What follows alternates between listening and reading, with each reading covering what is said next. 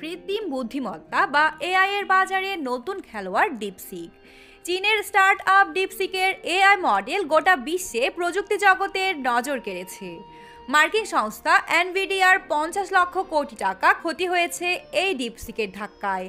পারফরমেন্সের নিরিখে চীনা সংস্থার দাপটে ChatGPT, Gemini, Claude AI এর কথা ভুলতে বসেছে মানুষ। গত সপ্তাহে ডিপসিক অ্যাপের লঞ্চ করে চীন।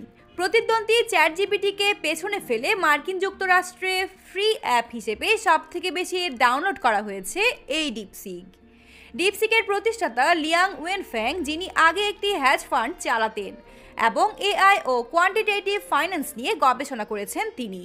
ডিপসিক প্রতিষ্ঠা করার সময় লিয়াং এর উদ্দেশ্য ছিল একটি সাশ্রয়ী এবং কার্যকর এআই মডেল তৈরি করা, যা সহজেই ব্যবহারযোগ্য এবং প্রযুক্তিগত দিক থেকে উদ্ভাবনী।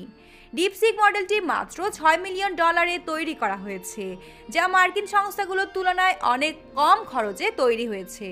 ডিপসিকের এই মডেলটি বিশ্বব্যাপী প্রযুক্তিবিদদের জন্য সুবিধাজনক হয়েছে, কারণ এটি একদিকে যেমন সাশ্রয়ী তেমনি ব্যবহারেও অনেক সহজ। এটি মানুষের চিন্তা ভাবনার মতো প্রতিক্রিয়া দেয় এবং রেসপন্সের সঙ্গে যুক্তি প্রদান করে, যা ওপেন এআই মডেলের সঙ্গে পাল্লা দিতে সক্ষম।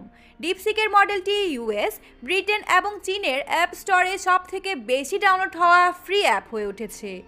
এছাড়া ডিপসিকের ওপেন সোর্স এআই সিস্টেম একাধিক দেশের শেয়ার বাজারে প্রভাব ফেলেছে। বিশেষ করে এনভিডিয়া, মাইক্রোসফট এবং মেটার শেয়ারের মূল্য কমেছে। একদিকে যেখানে মার্কিন যুক্তরাষ্ট্র সেমিকন্ডাক্টর রপ্তানিতে বিধিনিষেধ আরোপ করেছে, অন্যদিকে চীনের ডিপসিক এই বাধা কাটিয়ে অত্যাধুনিক এআই প্রযুক্তি বাজারে নিয়ে এসেছে।